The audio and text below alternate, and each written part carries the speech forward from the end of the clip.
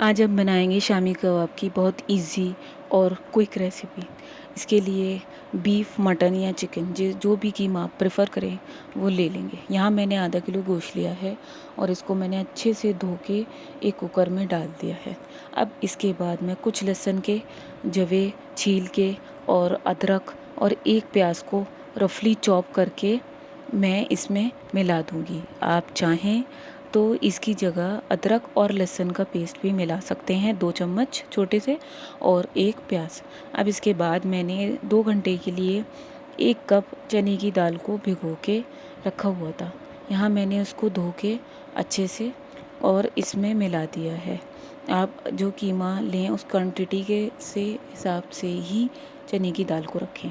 अब यहाँ मैंने कुछ पाउडर्ड मसाले लिए हैं, जैसे कि धनिया पाउडर, लाल मिर्च और 1 चुटकी हल्दी और 2 तेज़पत्ता। अब वो भी मैं इसमें मिला दूँगी और इसके साथ ही मैं इसमें नमक इसी में ही मिला देती हूँ। बाद में कीमे में मैं नमक नहीं मिलाती।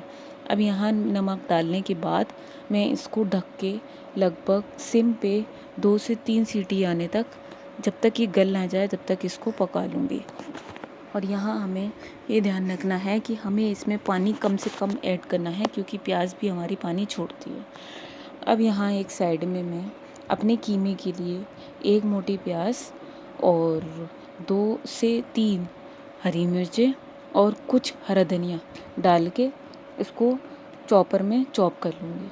आप चाहें तो फाइनली अलग अलग भी इसको काट सकते हैं, लेकिन मुझे इजी लगता है चॉपर में एक ही साथ तीनों चीज़ों को चॉप कर लेना, तो वो इजी एंड जल्दी का काम होता है।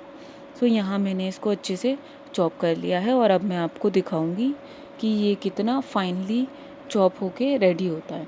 सो आप देख सकते हैं कि मेरी जो मिक्सचर था वो अच्छे से रेडी हो चुका है।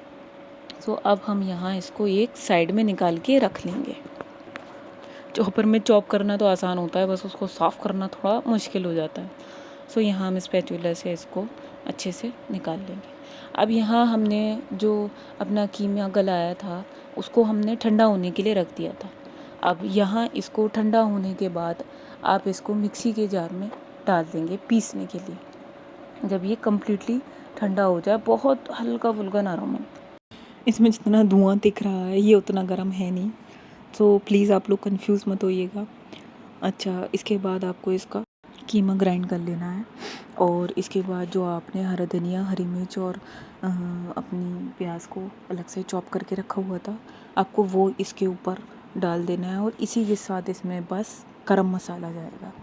गरम मसाला आप अपने कीमे के अकॉर्डिंग डालिएगा इसमें, लेकिन जनरली ये सिर्फ इतना ही होगा। बस इसके बाद आपको इसको हल्के हाथों से मिला देना और उसके बाद आपको इसकी शेप देनी है। इसमें आप चाहें तो अपनी पसंद से और मसाले डाल सकते हैं, बट क्योंकि ये उबल चुका है बेसिक मसालों के साथ, तो इसमें मेरे हिसाब से मुझे तो और किसी मसाले की ज़रूरत होती नहीं है, और इसीलिए मैं इसको एक बहुत क्विक और इजी रेसिपी कहती हूँ, जो जल्दी बन के रेडी हो जाती है।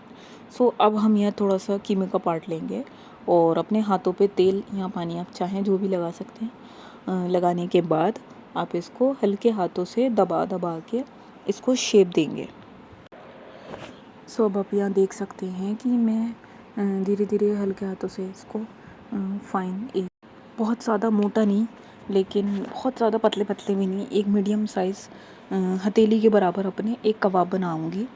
और इसी के साथ मैं इसी तरीके से धीरे धीरे हल्के हाथों से मिला मिला के मैं सारे अपने कबाब को तैयार कर लूँगी। और अगर आपको लगे कि इस टाइम पे आपका कीमा थोड़ा सा पतला हो रहा है, तो आप बेसन को भून के उसको इसमें मिला सकते हैं, जिससे आपका कीमा थोड़ा सा टाइट हो जाएगा। और अगर फिर भी आपको लगे कि थोड़ा सा अभी वो है, नरमी ज़्यादा है, तो फिर आप इसको थोड़ी देर के लिए फ्रिज में रख दीजिएगा, तो ठंडा होने के बाद ये थोड़ा सा टाइट हो जाएगा।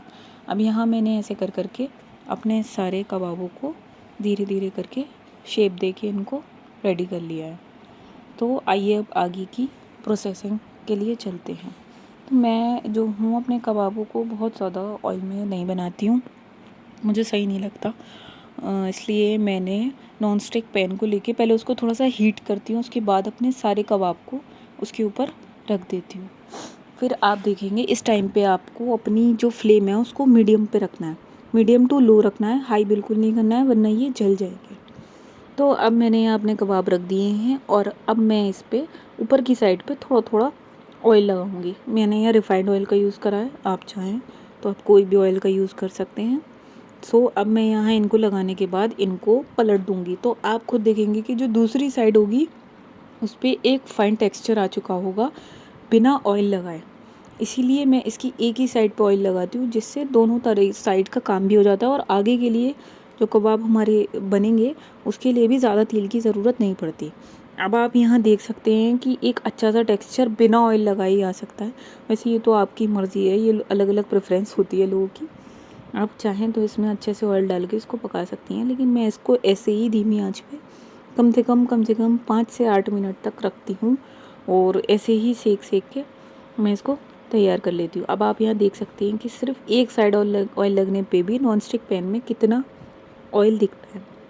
सो ऐसे ही करके मैंने यहाँ अपने सारे कबाबों को धीरे धीरे करके तैयार कर लिया, जिसमें ना ज़्यादा तेल है और ना ही ये बिल्कुल भी अनहेल्दी हैं। ये बहुत डिलीशियस और टेस्टी लगते हैं गरम गरम खाने में, सैलेड के साथ और अलग अलग चीज़ों के साथ, चटनी के साथ तो बहुत ही ज़्यादा टेम्पटिंग लगते हैं।